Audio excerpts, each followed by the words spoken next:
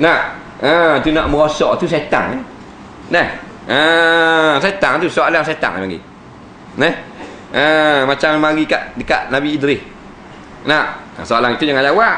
Buat kan ni? Buat macam Nabi Idris. Nabi Idris tengah jahit. Nak, dia jahit baju, hijau jahit. Dia jahit baju, pandai menulis. Nah, Nabi Idris. Dia jahit baju, dia cocok jarum, dia kata subhanallah. Bila dia tarik jarum, dia kata alhamdulillah. Nak jahit, nak selah, nak siap selah baju, banyak boleh pahala dia Nabi Idris.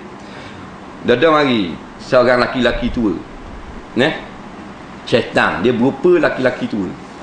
Nah, dia nak mari menyesak Nabi Idris. Nak, dia kata, hey Nabi Idris, dia waktu bik kulit telur tangan. Nah, kulit telur dia isap dah.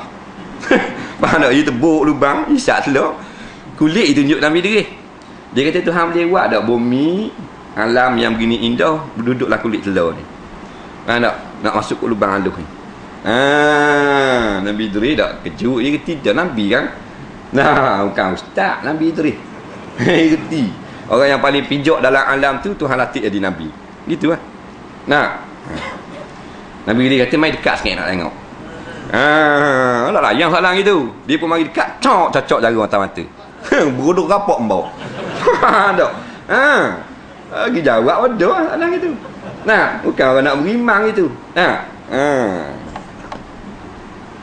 Jadi Allah yang menjadikan. Bila ada dah kita tengok dengan musyahadah, ada dah ni, mesti ada tukang.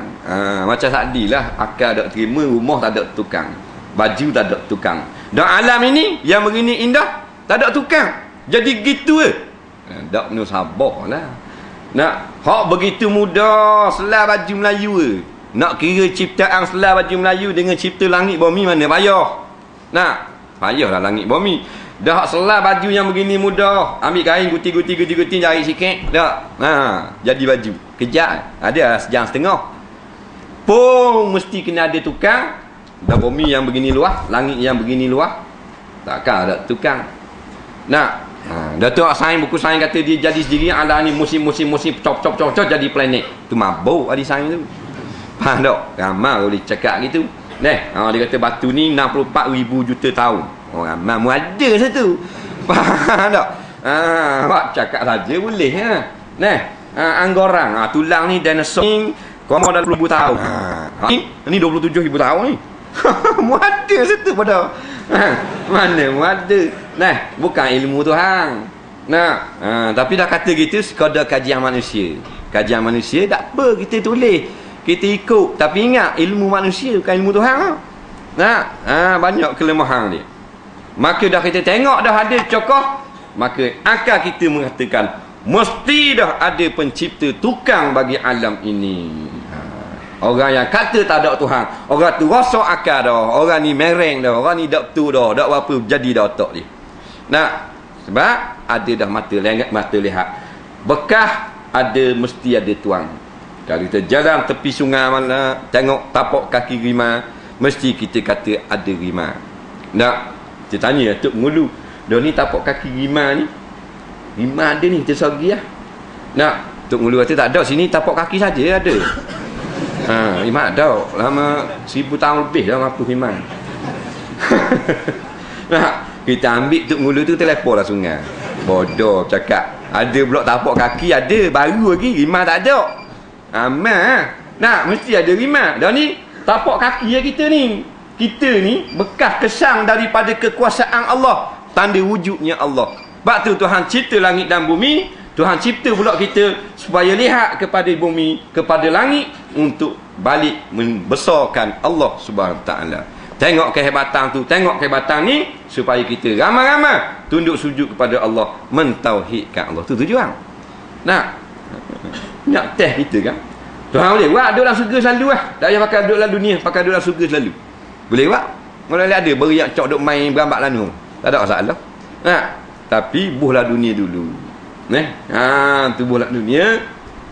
Nak suruh kita tengok kebesaran Allah Ta'ala cipta dunia. Soalan yang kedua. Soalan yang kedua pula. Sifat yang kedua. Soalan lah pula. Punya masa ni.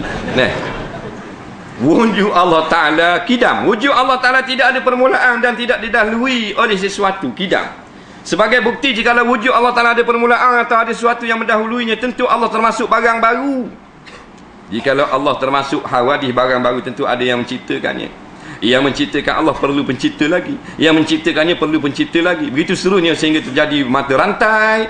Dan ini mustahil bagi Allah. Huwal awwalu wal akhiru wal zahiru wal batinu. Artinya Allah yang maha awal, maha akhir dan yang maha batin. Orang-orang yang baru nak mendekati ilmu tauhid, ambil kepahaman orang hak pandai-pandai tak ada apa. Kemudian sifat yang kedua maknanya qadim. Kita tak boleh nombor dua, boleh tak apa. Kita kata Allah jugalah yang qadim. Boleh tak? Allah bersifat pula dengan awal yang tidak ada permulaan. Huwal awwalu la ibtida li awwalihi. Dialah yang awal yang tidak ada permulaan bagi wujud awalnya itu tak ada. Macam kita katakan kita